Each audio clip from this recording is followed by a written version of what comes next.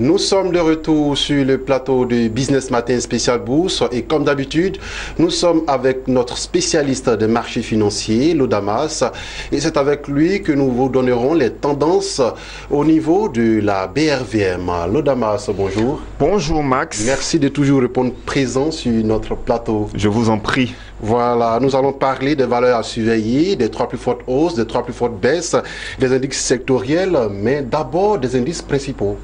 D'accord, donc en ce qui concerne les indices principaux, il faut savoir que le BRVM10 est passé de 210,03 à 210,45 points, soit une hausse hebdomadaire de 0,20%. Le BRVM Composite a clôturé à 228,84 points, soit une baisse hebdomadaire de 0,19%. On poursuit avec les indices sectoriels. Bien, en ce qui concerne les indices sectoriels, il faut noter que le BRVM Industrie a chuté de 2,08%. Le BRVM Service Public a régressé de 0,37%. Le BRVM Finance a progressé de 0,87%, le BRVM Transport a baissé de 8,17%, le BRVM Agriculture a amélioré sa performance de 7,98%, le BRVM Distribution a trébuché de 3,44% et le BRVM Haut Secteur a observé un repli hebdomadaire de 5,56%. On va maintenant parler des trois plus fortes hausses de la semaine. Alors, la plus importante progression hebdomadaire sur le marché des actions a été notée sur la valeur NEI-SEDA Côte d'Ivoire, qui est passée de 40 à 50 francs CFA, soit une hausse hebdomadaire de 25%. Le titre SAPH Côte d'Ivoire a clôturé à 3640 francs CFA, soit une progression hebdomadaire de 21,33%. La valeur SICABLE Côte d'Ivoire est passée de 1355 à 1500 francs CFA, soit une amélioration hebdomadaire de 10,70%. Les trois plus fortes baisses de la semaine pour enchaîner. Ok, donc s'agissant des trois plus importantes chutes de la semaine, on note tout de suite que la valeur Filtisac Côte d'Ivoire est passée de 17 000 à 4 350 francs CFA, soit une régression hebdomadaire de 74,41%. Le titre Sodeci a clôturé son parcours en affichant une cotation de 3 750 francs CFA, soit une chute hebdomadaire de 11,87%. On enchaîne avec la valeur Cervère Abidjan Côte d'Ivoire qui est passée de 1625 à 1465 francs CFA, soit une régression hebdomadaire de 9,85%. Alors, le Damas, après les indices principaux, les indices sectoriels, les trois plus fortes hausses et les trois plus fortes baisses, on va à présent parler des valeurs à surveiller cette semaine. Alors, s'agissant de cette semaine, comme vous le dites, nous souhaitons faire un commentaire sur trois titres spécifiquement. On commence tout de suite avec la valeur Filtisac Côte d'Ivoire. En termes de performance, on rappelle que la valeur boursière de cette entreprise est passée de 17 000 à 4 350 francs CFA, soit une baisse hebdomadaire de 74,41%. Mais nous tenons à préciser qu'il s'agit là d'une chute purement technique. D'accord. Donc, il y a eu une opération spécifique en ce qui concerne la valeur Filtisac Côte d'Ivoire, parce qu'en fait, Filtisac a, je vais dire, il y a eu le fractionnement du titre Filtisac Côte d'Ivoire depuis le mardi 30 janvier 2018. Donc, c'est un fractionnement à raison de 4 actions nouvelles pour une action ancienne. En clair, de façon simplifiée, il faut retenir tout simplement que le titre Filtisac Côte d'Ivoire a pratiquement été divisé par 4. Ok, donc la valeur boursière de cette entreprise a été divisée par 4 et le nombre d'actions contenues dans le capital de cette société a été multiplié par 4. Il nous paraît important également, Max, de rappeler la performance affichée par cette société au sorti du mois de septembre 2017, c'est-à-dire à la clôture du 3e trimestre 2017. Fitisac a brandi un chiffre d'affaires de 27,8 milliards de francs CFA, soit une progression de 10%. Le résultat des activités ordinaires a été de 943 millions de francs CFA, soit une baisse de 3%. Et le résultat net a été j'ai envie de dire, un montant de 1,132 milliards de francs CFA, soit une accélération de 22%. Alors, les dirigeants de cette société, je rappelle, la société Fitisac Côte d'Ivoire, donc les managers de cette entreprise, anticipent de bons chiffres en ce qui concerne le 4e trimestre 2017 et le marché n'a pas encore reçu ses états financiers. Le marché attend donc la publication de ces chiffres et nous, en ce qui nous concerne, pour porter un jugement sur la valeur Fitisac Côte d'Ivoire, nous pensons qu'il est intéressant pour les investisseurs de profiter de cette situation de fractionnement du titre Fitisac Côte d'Ivoire. Donc ils profitent de cette baisse de la valeur boursière de cette entreprise pour mettre le titre Fitisac en portefeuille parce que les dirigeants de cette entreprise anticipent de très bons chiffres à la clôture de l'année 2017. Voilà ce que nous pouvons formuler comme recommandation concrète relativement à la valeur Fitisac Côte d'Ivoire. On poursuit avec une valeur agricole cette fois-ci. Il s'agit du titre Sucrivoire Côte d'Ivoire. Nous rappelons que la valeur boursière de cette entreprise est passée de 900 à 975 francs CFA, soit une hausse hebdomadaire de 8,33%.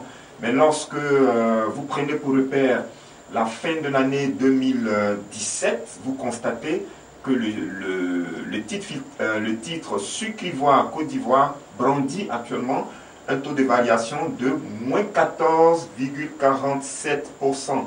Alors, cette société agricole vient de rendre public ses états financiers du 4e trimestre 2017.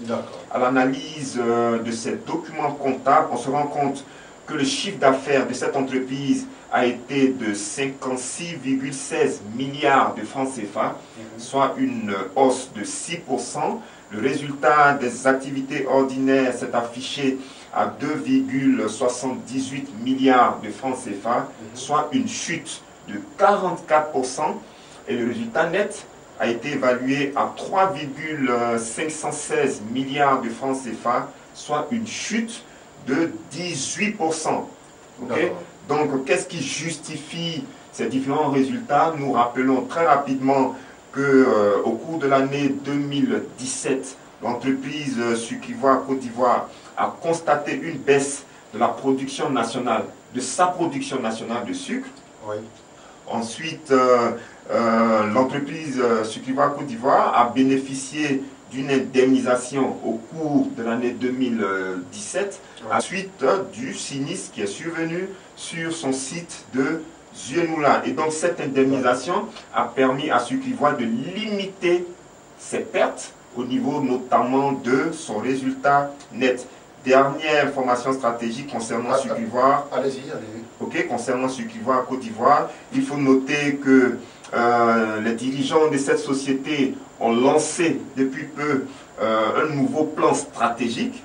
Et selon les dires de ces dirigeants, il est fort probable que ce nouveau plan stratégique améliore très prochainement la capacité de production de la société Sucrivoire Côte d'Ivoire, notamment au cours de cette année 2018.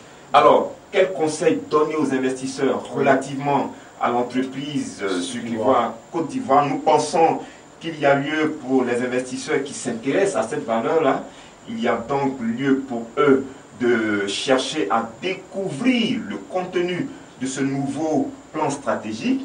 Donc il serait intéressant pour ces investisseurs de participer massivement à la prochaine Assemblée générale de cette entreprise pour avoir les détails de ce plan stratégique. Et s'ils sont convaincus de la pertinence de ce plan stratégique, ils pourront donc conserver leur position sur cette valeur. Mais si jamais les dirigeants n'arrivent pas à convaincre les investisseurs sur la rentabilité effective de ce plan stratégique, ouais, bon, les investisseurs vont aviser, oui, et certains pourront donc se retirer de, qu'on appelle, de ce titre Sucre Ivoire Côte d'Ivoire. En attendant des informations complémentaires. Voilà, en attendant des informations complémentaires. Conseil vraiment phare que nous voulons donner, il est intéressant pour chaque investisseur qui s'intéresse à la valeur Sucre Ivoire Côte d'Ivoire de chercher à avoir les détails de ce nouveau plan stratégique. C'est très important. Alors, Lodamas, vous avez parlé de valeurs à surveiller cette semaine. On a eu le titre Filtisac et également Sucre Ivoire. L'autre titre à surveiller, c'est? Alors, la troisième valeur à surveiller, selon nous, il s'agit du titre SAPH Côte d'Ivoire, qui, en termes de performance boursière hebdomadaire, est passé de 3 000 à 3 640 francs CFA, soit une progression hebdomadaire de 21,33%. Et lorsque vous prenez pour repère la fin de l'année 2017, vous vous apercevez que le titre SAPH Côte d'Ivoire affiche actuellement un taux de croissance de 17,61%. Alors Max, donc les nouvelles sont bonnes, hein, sont très bonnes pour la société SAPH Côte d'Ivoire, parce qu'en fait, cette entreprise agricole vient de rendre public ses états financiers du quatrième trimestre 2017. On va bien sûr vous demander le contenu de ces états financiers. D'accord, donc en termes de contenu, il faut savoir que SAPH Côte d'Ivoire a terminé le mois de décembre avec un chiffre d'affaires évalué à 151,9 milliards de francs CFA, soit une progression de 35%. Le résultat des activités ordinaires s'est affiché à 14,7 milliards de francs CFA, soit une progression extraordinaire de 1547%. C'est énorme. Okay. Donc, on note également qu'au niveau du résultat net, les nouvelles sont également intéressantes parce que cette entreprise a brandi un bénéfice de 12,782 milliards de francs CFA, soit une accélération extraordinaire également de 993%. Vous voyez, c'est énorme, c'est énorme. Oui, donc des résultats vraiment à couper le souffle qui se justifient par le fait que au cours de l'année 2017, on a noté une croissance de 30% au niveau du prix moyen de vente du caoutchouc et les volumes de vente réalisés par la SAPH ont également progressé de 4% et les dirigeants de cette entreprise ont mis en place un système de gestion qui leur a permis de, j'ai envie de dire, de contenir, de réduire au maximum les coûts de production.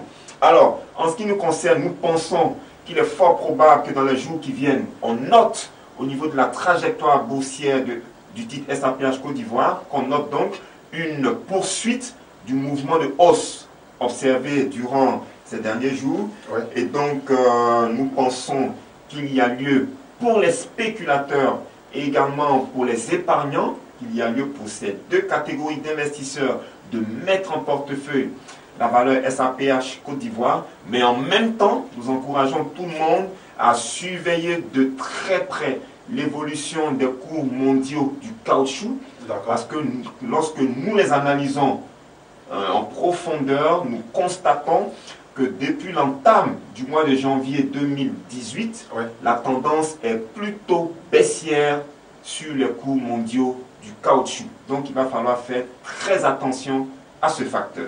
D'accord, on va rapidement récapituler avec les valeurs à surveiller cette semaine. On a les titres Filtisac, l'agriculture est à l'honneur cette semaine, et par Sucre Ivoire et SAPH.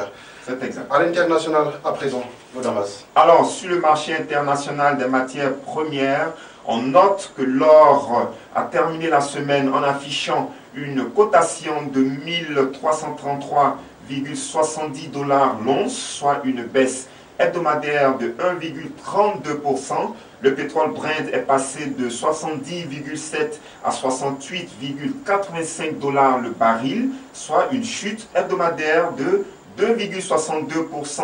On termine avec le pétrole WTI qui a clôturé son parcours en brandissant une cotation de 65,54 $ le baril, soit une chute hebdomadaire de 1,01%. Alors, Lodamas, encore merci pour vos conseils avisés. Merci. Et la semaine dernière, j'ai eu le temps de prendre quelques notes et la valeur NEI-SEDA est passée de 40 à 50 francs CFA. Une fois de plus, vous avez vu juste et comme toujours, nous comptons sur votre disponibilité pour la prochaine émission. Merci bien, c'est un honneur de participer à chaque fois à votre émission. Et c'est encore un honneur pour nous de toujours recevoir un spécialiste des marchés financiers qui ne se trompe pas sur les chiffres comme nous venons de le justifier tout à l'heure. Je vous en prie. Voilà, merci de nous avoir suivis. C'est la fin de Business Matin Spécial Bourse. À la semaine prochaine pour un autre numéro de votre émission.